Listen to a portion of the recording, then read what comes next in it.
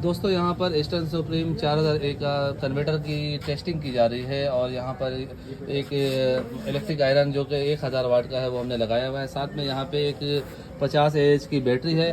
और इस इन्वर्टर में एक खास बात ये है कि ये खामोखा में इसका फ़ैन नहीं चल रहा होता है। यहाँ पे आप देखें, इसे हमने ऑन किया हुआ है और यहाँ पे फ़ैन बंद है और जैसे इस पर हम लोड डालेंगे इसका फ़ैन ऑन हो जाएगा।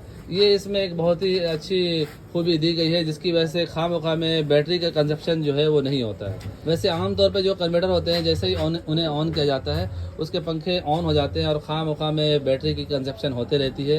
इस कन्वर्टर में ये खूबी है कि इसका पंखा ऑफ है और जैसे ही हम इस पर लोड डालेंगे, ये देखें आयरन को हम ऑन करने जा रहे हैं और यहाँ पे देखिए 824 वाट का लोड हमें देखने को मिल रहा है और ये देखें इसका फ़ैन ऑन हो चुका है।